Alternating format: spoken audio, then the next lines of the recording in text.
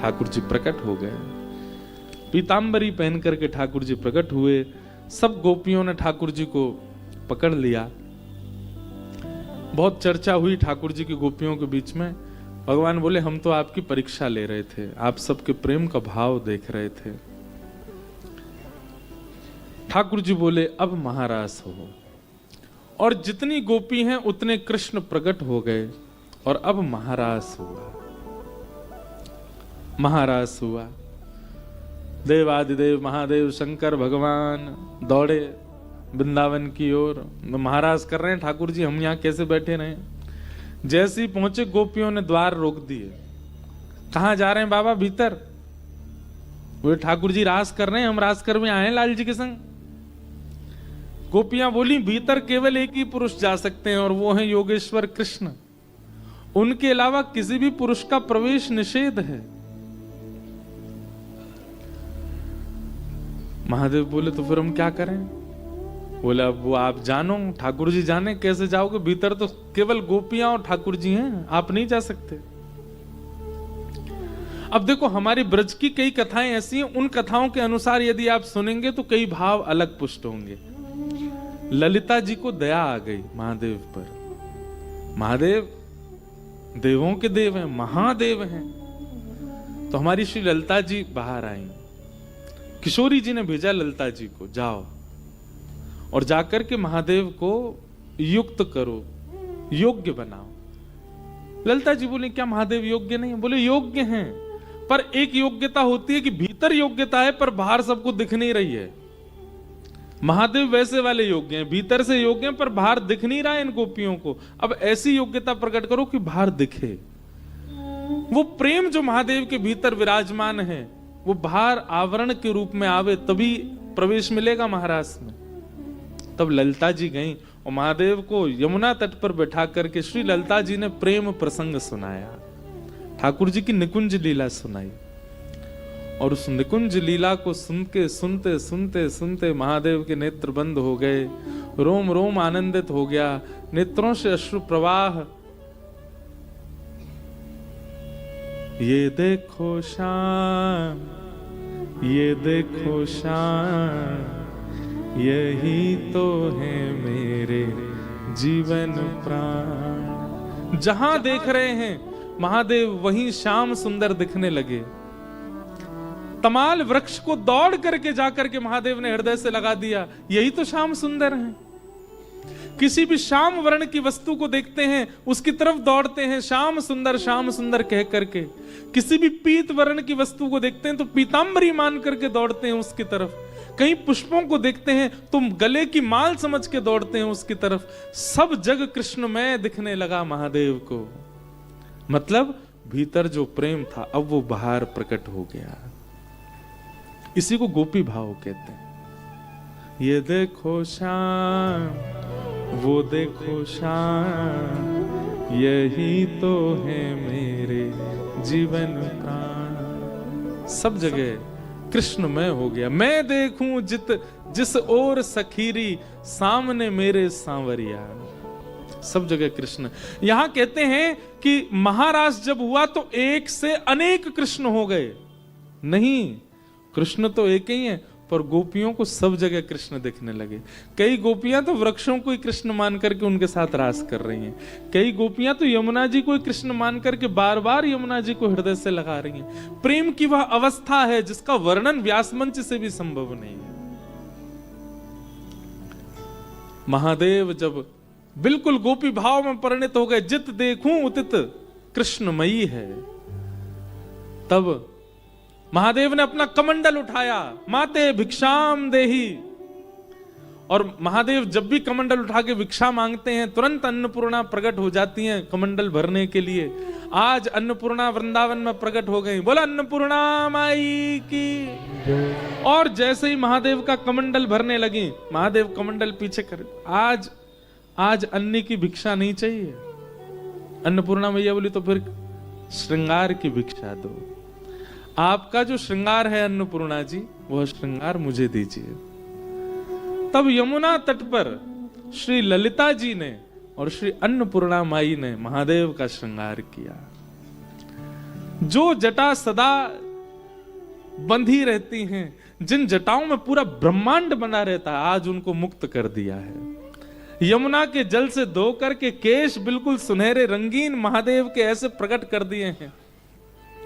जो सदा भस्म रमाए रहते थे, आज महादेव को यमुना जल से स्नान करके सुंदर आंखन में काजर लगायो है, होठन में लाली मां लगाई है, गले में सुंदर नवलखा के हार पहनाए हैं, सर्प बिच्छू आदि संबंध के जाओ अपने नानी घर घूम के आओ कुछ दिना, पूरे दिना चढ़े रहो महादेव के ऊपर।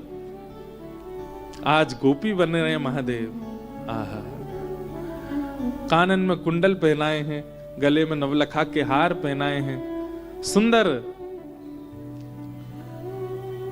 जो माताएं पहनती हैं, मैं भूल जाता हूं रोज क्या बोलते हैं उसको, जो नीचे पहनती हैं, नहीं नहीं नहीं, लहंगा। हाँ, लहंगा जैसा पहनाया, सुंदर चुनरी डारी गले में, काजर आंखन में लगायो, और इनके तो 2 आंखन में काजल लगे, महादेव के तो 2 यहाँ, तीसरो यहाँ। आहा, अरे आप लोग हंसो नहीं, दर्शन करो, कितने सुंदर लग रहे हैं महादेव। कभी जाके देखो हमारे गोपेश्वर महादेव को, कितने प्यारे लगते हैं। सब गोपी फीकी लगती है उनके आगे। मूछन में इत्र लगायो, मूछ वाली गोपी हैं, हाथन में कड़ूला पहने हैं, बाजूबंद पहने हैं, पैरन में सुंदर पायल धारण करी है, चुनरी ओढ़ करके महादेव ने पैरन में महावर लगाई, हाथन में मेहंदी लगाई है, बिल्कुल गोपी स्वरूप धारण कर लिया। बोल गोपेश्वर महादेव की। हर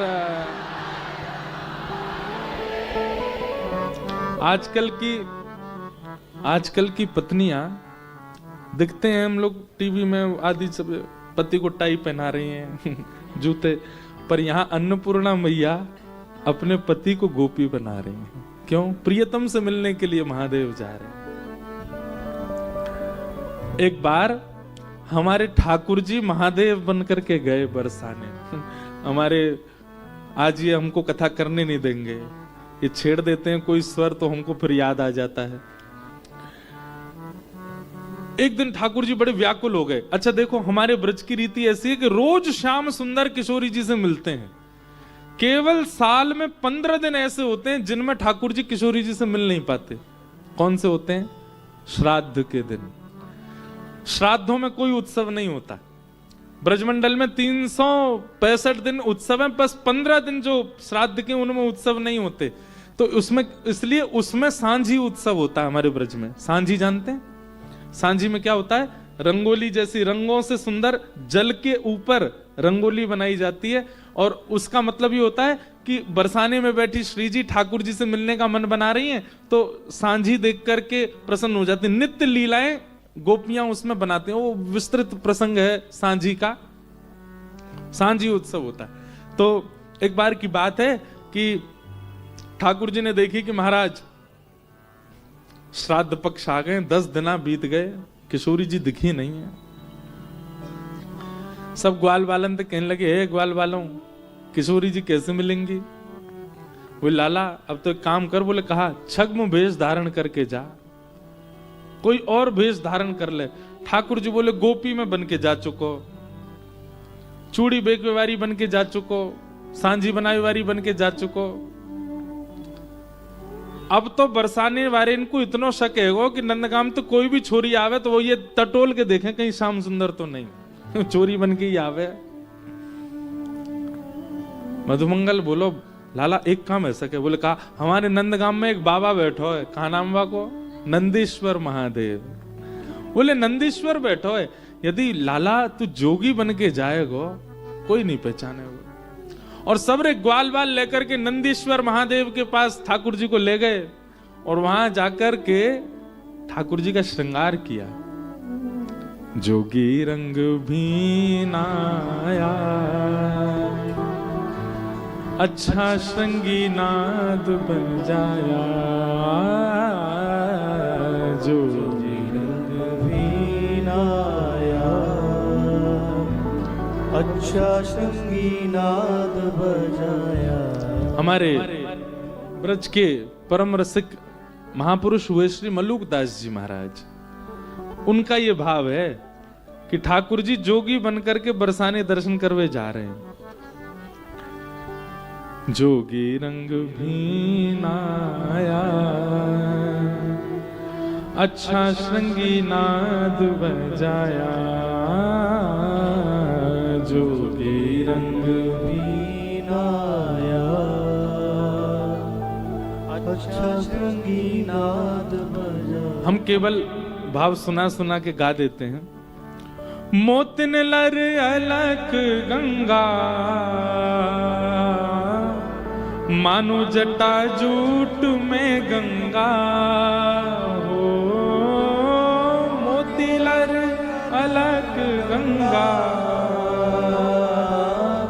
मानो जटा जूट में गंगा। किशोरी जी से मिलवे जा रहे हैं ठाकुर जी। मधुमंगल बोलो लाला, तेरे लंबे लंबे घुंघराले केश हैं, इनकी जटा बनानी पड़ेगी। बोले कैसे जटा बनाओगे? सोई कहा क्यों महाराज? दही लेके आए और दही मैंने गोबर मिलायो और गोबर मिला के लाल जी के केशन की जटा बनाई। जटा बना करके महाराज बिल्कुल मध्य में जैसे महादेव की जटा, ऐसे ठाकुर जी की जटा बना दी लाल जी के। लाल जी बोले हमने कथा में सुनी है ये महादेव की जटा में तो गंगा निकले, मेरी कैसे निकलेगी? तो वर्णन कर रहे मोतिन लर अलक गंगा। एक पतले पतले मोतियों की माला लेकर के आए और वो माला तोड़ के नेक भीतर घुसा दी और नेक भीतर से ऐसे बाहर निकाल दी सब ग्वालन ने। तो मोती की लर निकल रही है। सब मधुमंगल से लाला देख कैसी गंगा निकल रही है। आहा, दूर से देख के ऐसा लग रहा महादेव ही आ रहे का। ठाकुर जी बोले ऊपर को तो श्रृंगार है, को और करो। तब ललाट में चंदन बिंदा, मानो किए भूषण इंदा हो। ललाट में चंदन बिंदा, मानो किए भूषण इंदा। ऐसा ऐसा चंदन लगाया मधुमंगल सीतामा तनसुका मनसुका धनसुका कि मानो ऐसा लग रहा है कि चंद्रमा ऊपर से उतर के माथे पे आ गो है। यही चंद्रमा धारण कर रखो। मानो किए भूषण इंदा, इंदा माने चंद्रमा। जोगी रंग भी नाया, अच्छा श्रृंगी नाद बजाया। किशोरी जी से मिलने के लिए हमारे ब्रज के लाला महादेव को रूप धारण कर रहे हैं। आहा, और अंग अंग भूषण बाजे, मानो सुर डमरू बाजे हो। अंग अंग भूषण बाजे,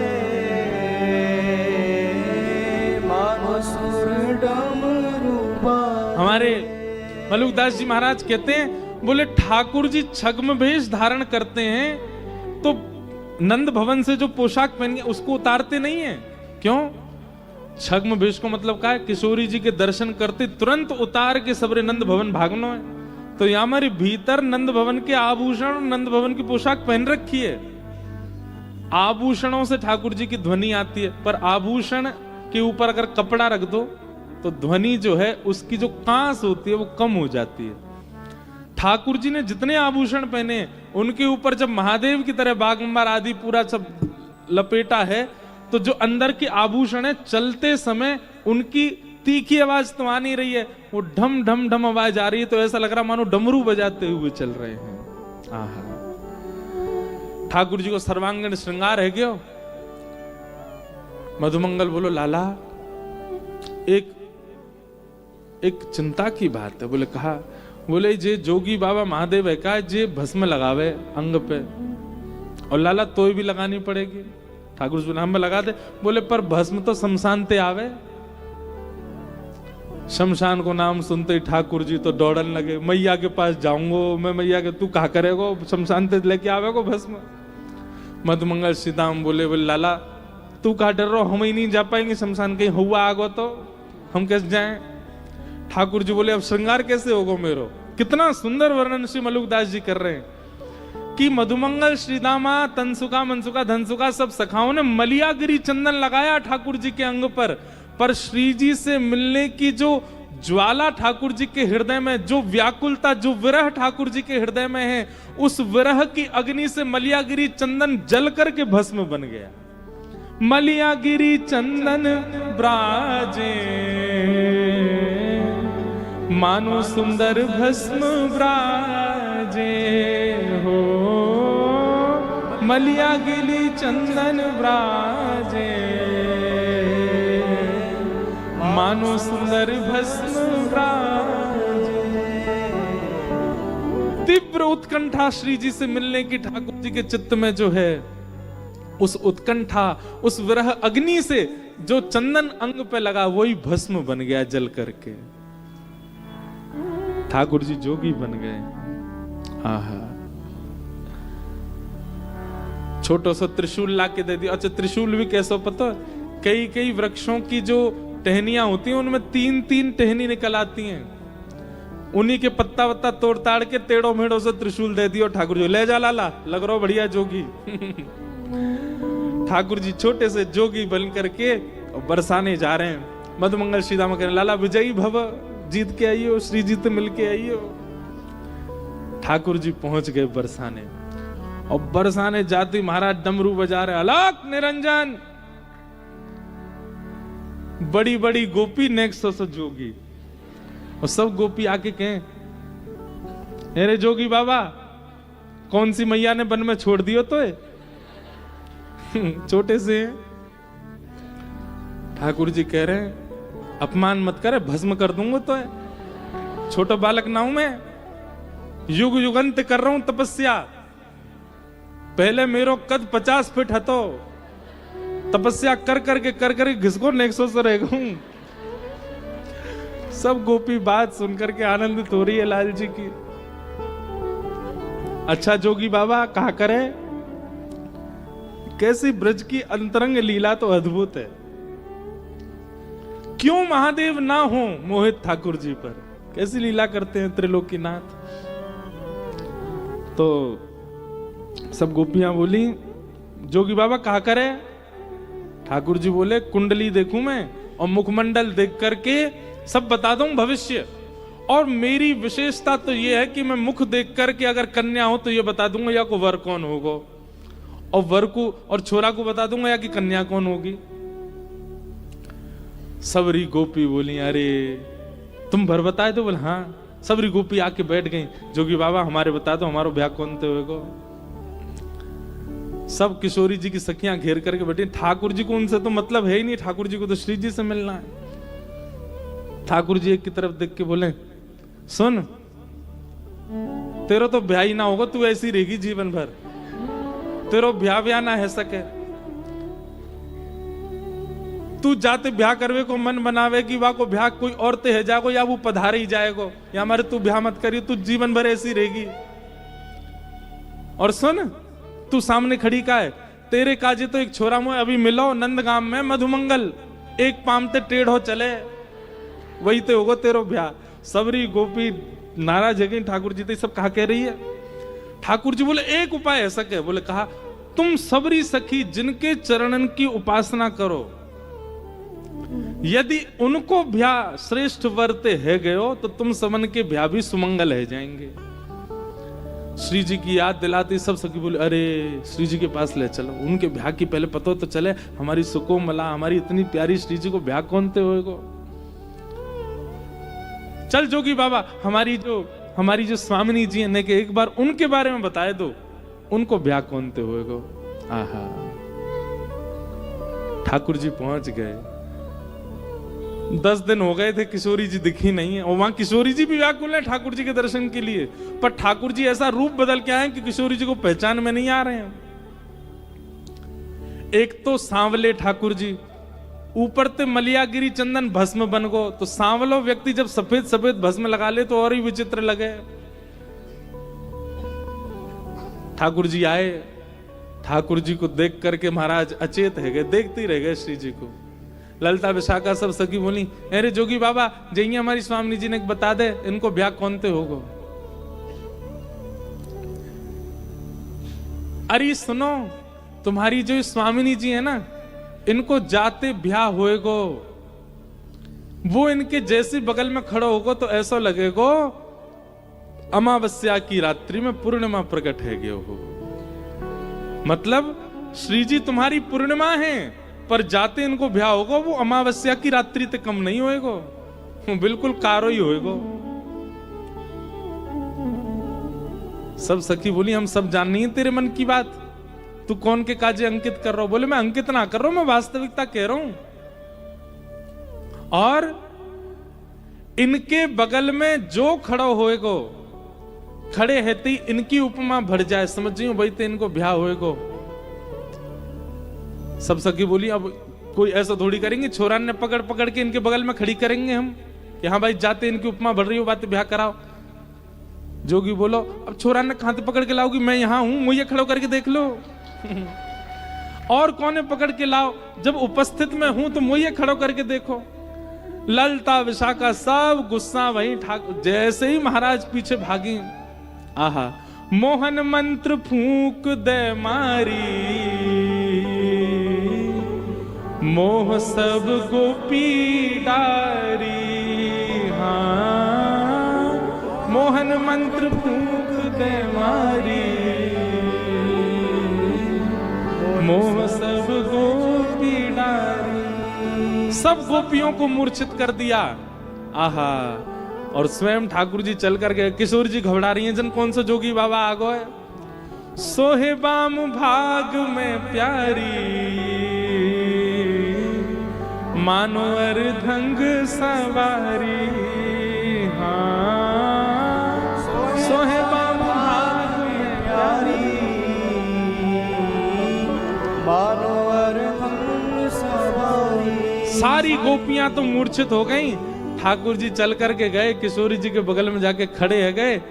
और दिना तो लगती श्याम सुंदर और किशोरी जी खड़े हैं, पर आज ठाकुर जी के बगल में खड़े हैं तो ऐसा लग रहा हो साक्षात उमा पार्वती और महादेव खड़े भये हैं। ऐसा स्वरूप।